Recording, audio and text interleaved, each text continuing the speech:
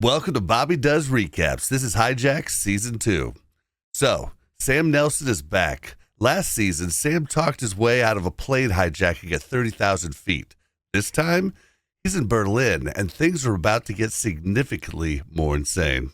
We open with Sam tracking a man through a Berlin train station. The guy's got a red backpack and in a big hurry. His colleague, Olivia, is headed to the British Embassy, dealing with some evidence from the Season 1 hijacking. But back to Sam.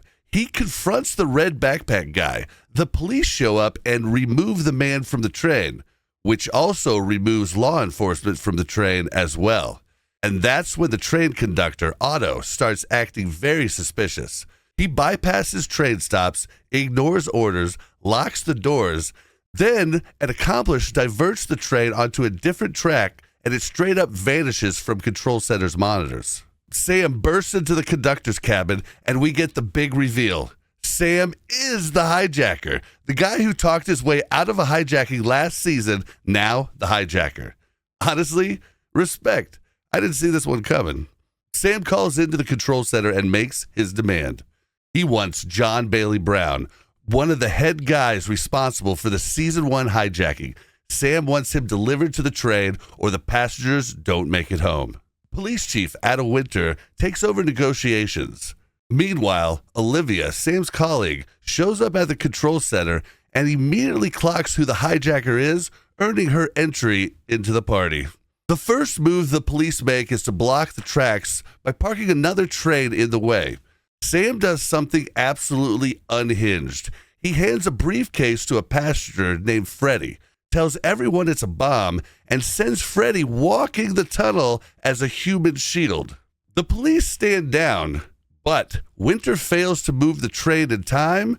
Sam's countdown hits 0, and the security feed goes black. Everybody gets that, oh my goodness face.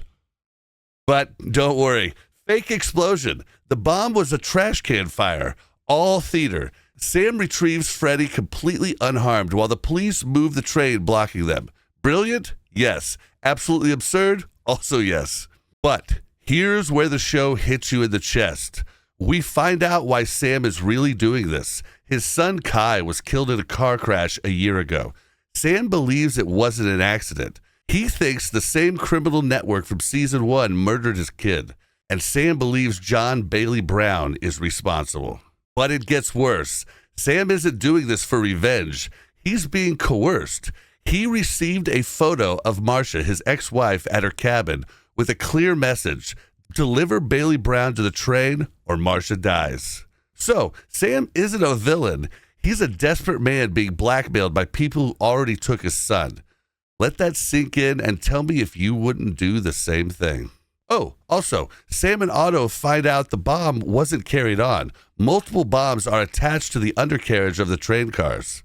And then Freddie, the guy Sam used as a fake bomb carrier, he gets murdered by someone already on the train. So Sam puts Freddie's body where the intercepting police team will find it and tells the control center he's already started executing hostages. It's honestly a smart lemons to lemonade move. He needs them to keep taking him seriously.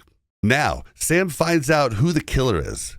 Jess, the medic. She's not there to help anybody. She's in on it. More on that later.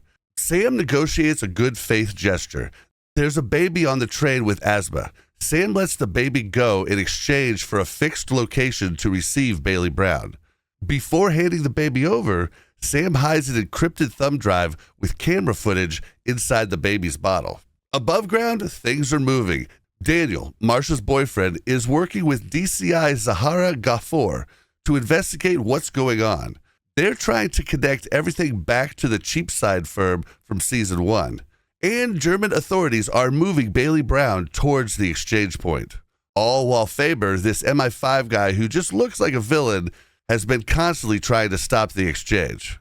And here's a detail that matters. Daniel sent a man to protect Marcia at her cabin, but he gets killed by her neighbors, who are not neighbors. They're there to take her out if Sam fails, and Marcia, she has no idea. Back on the train, the passengers have had enough. They tackle Sam, force Otto to stop the train, full-on mutiny, which, look, I get it. But also, guys, don't. Sam regains control by telling them the truth. There are 8 real bombs on this train, 2 under each carriage. The crowd goes quiet. Sam explains he isn't a terrorist. He's being forced to do all of this. He convinces them that going forward with the plan is the best chance at survival for everyone. Then the passengers turn on Jess. A passenger's been watching her closely and seeing her clutch her bag tightly. They seize her and find her radio, the one she uses to input disarm codes every 15 minutes to keep the bombs from going off. Then chaos erupts, and in the struggle, the codes get delayed. 7 of the 8 bombs get disarmed in time, but the one in the rear carriage detonates. But of course, Sam evacuates the car just in time. Classic. Meanwhile, Daniel's gotten access to Stuart Atherton, the season 1 main hijacker. He's in prison, but they suspect he's somehow involved. Now, back to the train. The explosion of the rear car knocked out monitors back at control, so the authorities think that it's been destroyed. And the train is still stopped. Sam wakes up and he manages to get a message to the Mastermind, maybe, the one who Jess has been talking to. Turns out it's Robert Lang, an MI5 operative. He's embedded in the convoy that's actually transporting Bailey Brown. Sam talks Lang into giving him 5 minutes to get things back on track. Sam and Jess head into the tunnel together to manually switch the track junctions and divert the train away from an ambush. Jess is still technically the enemy, but right now they need each other. Over to Marcia. She finally figures out that her neighbors are killers. She finds the body of the officer protecting her, steals the car keys, but is forced into the woods when her killer neighbors walk up. Back at control, Winter's team reviews footage from the thumb drive. They see Jess killing Freddy.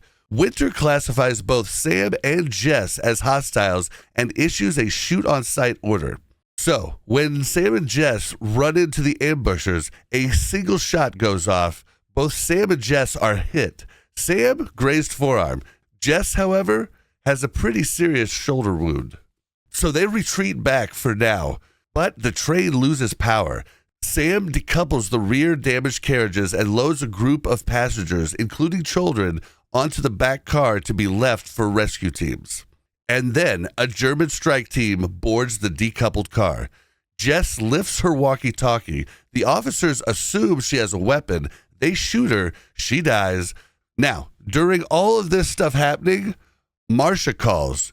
She's running through the woods, barely holding it together, but she gets a slight cell phone signal. Olivia answers Sam's phone and records a message from Marcia.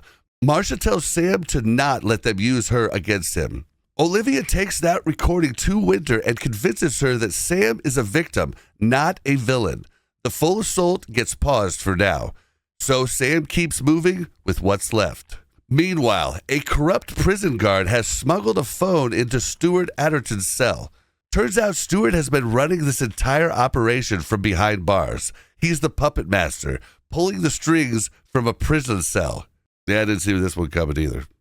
In the finale, MI5 agent Lang boards the train at the depot. What's his endgame? Kill Bailey Brown, kill Sam, blow the whole thing, and bury the evidence. But Sam and Otto are not cooperating with the plan. They keep the train moving back into the tunnels because Lang won't detonate while he's still on board. It's a game of chicken with a man who has bombs. Sam and Otto manage to bail from the train just before Lang triggers the explosion. Lang flees, but ultimately gets cornered by authorities. Nowhere to go. His phone rings. It's Stuart Atherton, the one man who'd rather Lang die than be captured. Lang knows surrendering means Stuart's people will finish the job. So he reaches for the phone, and the authorities light him up. Back in the UK, Daniel and Zahara have been recording Lang's calls to Stuart. They walk into the prison cell with everything. Stuart Atherton, season 1 villain, season 2 mastermind, is arrested. Again.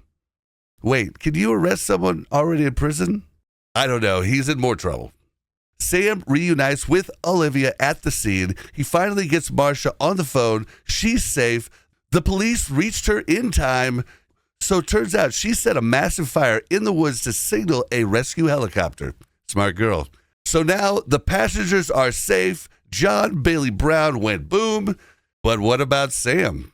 He technically hijacked a train.